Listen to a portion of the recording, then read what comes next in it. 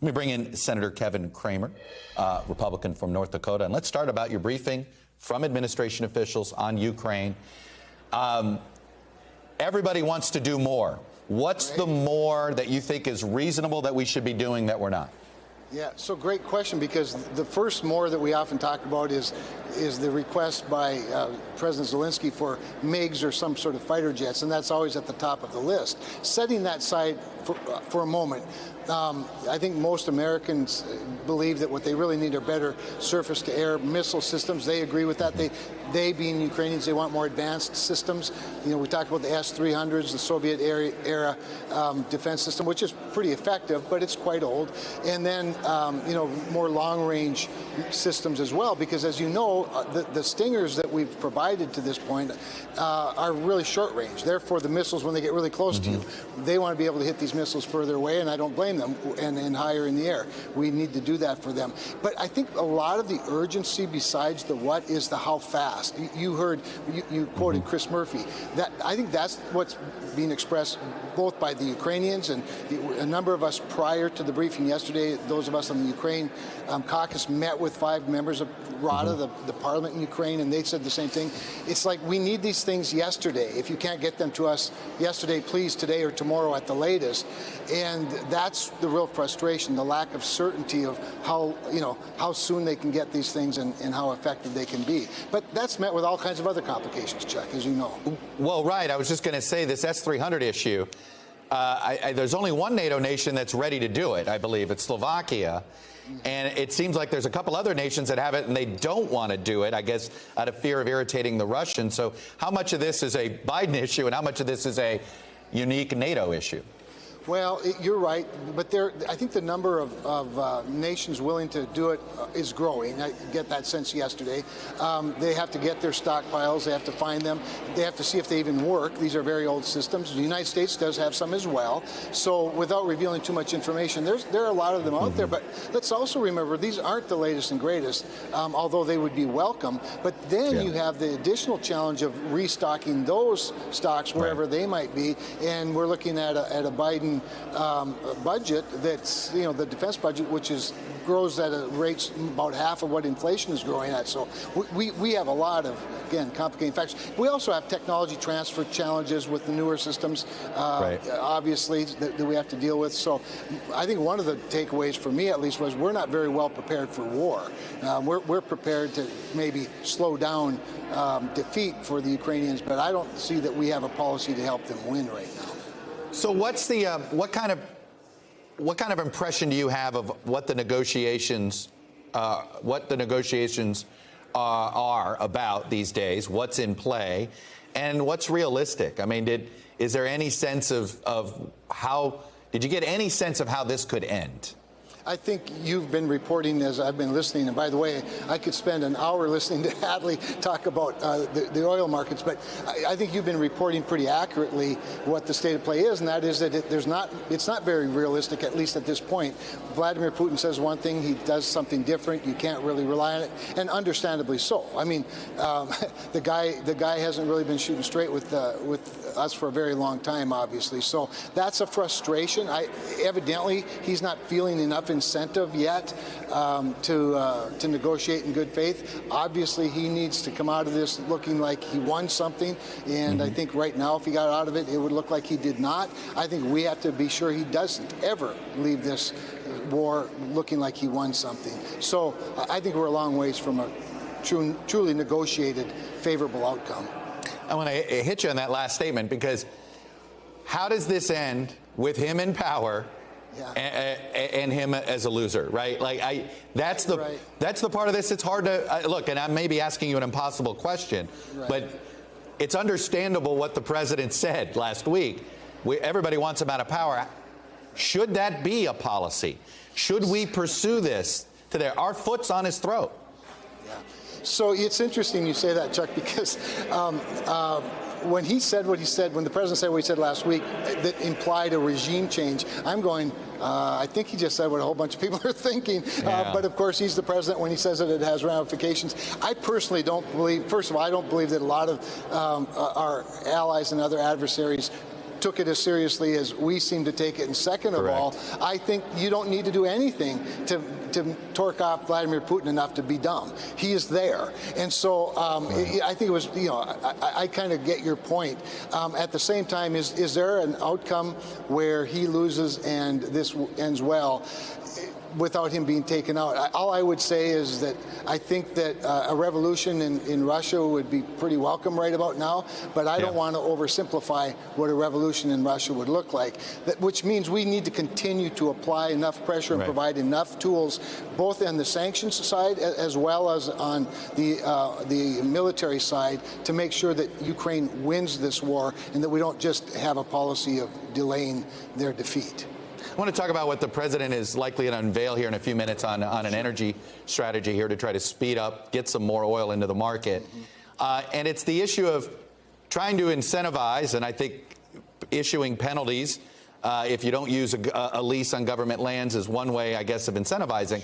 But do you think that is, at this point, could you support something like that to essentially incentivize oil companies? Hey, make these capital investments. We know your shareholders don't want it, but your country does, democracy does. This is not everything should be for shareholder profit. Well, first of all, Chuck, there are 2,200 leases that have been granted that are in litigation right now. Litigation.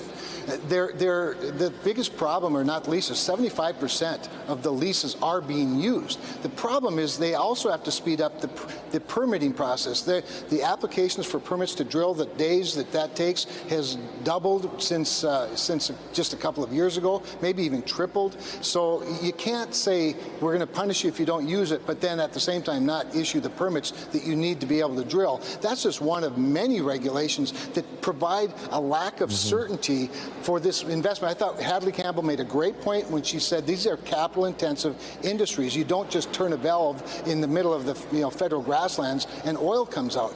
It takes years, and you have to have enough certainty. You don't need to 20, 30 years certainty, but you need probably 5 to 10 years of certainty to attract that investment to do the drilling that's necessary. All right, but in all honesty, forget what, it feels like some people are looking for a political excuse not to do this on some of these oil companies.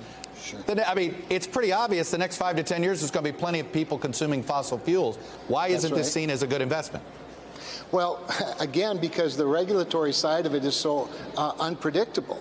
When you have a you don't think that's just them looking for an excuse to not have to spend the money? I mean, that's what it feels like to me. Or are they using it to get rid of it? No, I've never met an oil man that doesn't want to produce more. In many cases, the oil men that I know, oil people that I know, they overproduce as soon as the price gets high if they're able to do that, which of course brings price back down. They're built to do that. The problem is under this administration, the market signals have been so negative that there's not a relationship, as Hadley talked about. There are these signals like blaming the oil companies for the rising prices of gas. They don't benefit on the rising prices of gas. They do benefit on the rising price of oil, but only if they can produce it. The natural incentive is to get out of the way and let them produce more. And you can do that responsibly. In fact, it's irresponsible to put this on other countries that are bigger polluters than we are, whether it's Venezuela or Russia or African countries or enemies like Iran. The last thing we want to do is empower them. So we can do it here in the United States, but the president has to change his tone as much as his policies. And I feel like us in Canada are the only, quote, good actors around the world that have an oil supply. Senator Cramer, I want to ask you about this response you gave to a reporter about former President Trump's decision yesterday to call on Vladimir Putin to release information, whatever information you might have on Hunter Biden. Why would you want that information? Why would you trust propaganda from somebody who is, right now, based on the conversation I had earlier, President Biden called for him to be removed from power. Why would you want to trust anything? Why would we want to have Putin at all? And why would you want to trust anything Putin had to say about Hunter Biden? Well, it's sort of interesting because Russian collusion, we were going to believe everything that was coming out of Russia a few years ago when it was about Donald Trump. But that said, that my answer to the question was more sarcastic than it was anything, because I said this is a war criminal that he's suggesting provides evidence that there's been a crime committed by Hunter Biden and by the Bidens. So you think the former president, so what you're saying is that was sarcasm? You believe the former president shouldn't be? I mean, I'm sorry, it comes across as almost a bit unpatriotic to ask literally the enemy of the free world right now for propaganda for a political opponent. I mean, it just seemed like a horrendous thing to do by the former president, no? Chuck, here's the reality. If Hunter Biden's name was Donald Trump Jr., Eric Trump, you guys would be treating the war in Ukraine like it was a Boy Scout enough of camp this. gone That is bad. Senator, that is the laziest attack. This is not about the media. It's also honest. It doesn't matter honest. about the media. Is it the right thing to do for the former president of the United States to ask an enemy of the free world to do this? Well, what the former president is doing is nothing compared to what the current president is doing in this circumstance. That's really the bigger issue. Donald Trump is Donald Trump. He hasn't changed. He's not going to change. It's more interesting to the Washington press corps than it is to the general public. Was it the wisest thing in the world to say? Perhaps not, but he's Donald Trump, and he says these things. And the reality is that Vladimir Putin is a war criminal. I wouldn't trust anything that came out of it. If he had actual evidence that a crime was committed, if any of us had evidence that a crime was committed, we ought to present it. That's obvious. The problem is, to your point, the source would not be a trustworthy source, obviously. But once again, Donald Trump baited you all, and you all took the bait, and now we're having a discussion about the Bidens. Look, I'm not gonna debate you about whether Trump gets too much coverage or not enough. Right. But he is the leader of your party, sir. At the end of the day, whether you like it or not, he's the leader of your party. Are you comfortable with the leader of your party playing footsie with Vladimir Putin? Well, here's what I know. Playing footsie with Vladimir Putin, the evidence that has come out of the recent investigation shows that there's evidence that Democrats fed information into the White House to plant false evidence that he colluded with the president. Does that make You're what never Donald interested Trump in those do? things. How does that make what Donald Trump is doing somehow better?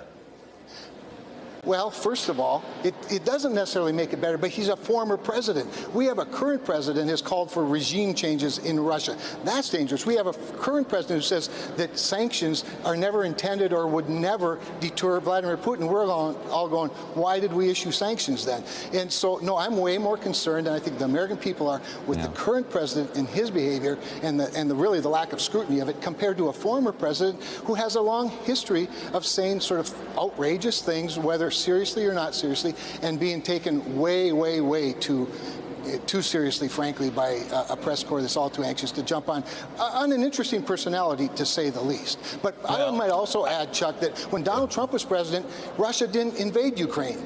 Russia's invaded Ukraine only when the Bidens have either been vice president or president. So, I kind of like that style of leadership. And by the way, he brought the price of oil and gas down by unleashing American innovation and energy. Again, look, rationalize on that stuff. That's a political argument. That's fair. Again, working with the enemy seems to be a bridge too far. Senator Kevin Cramer, Republican from North Dakota. Appreciate you coming on. You always take my questions, and that I appreciate. I appreciate All right. it. Thanks, Chuck. You got it.